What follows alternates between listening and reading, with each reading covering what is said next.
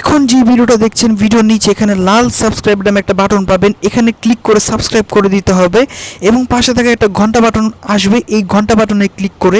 All select করে দিতে হবে এবং এখানে দেখবেন যে লাইক নামে একটা বাটন আছে, এই লাইক বাটনটাতে অবশ্যই একটা ক্লিক করে দিবেন। তারপর কমেন্ট বক্সে চলে যাবেন, কমেন্ট বক্সে গিয়ে আপনাদের সবাইকে লিখতে হবে নাইস, NICE নাইস লিখে কমেন্ট করে দিতে হবে প্রত্যেককেই।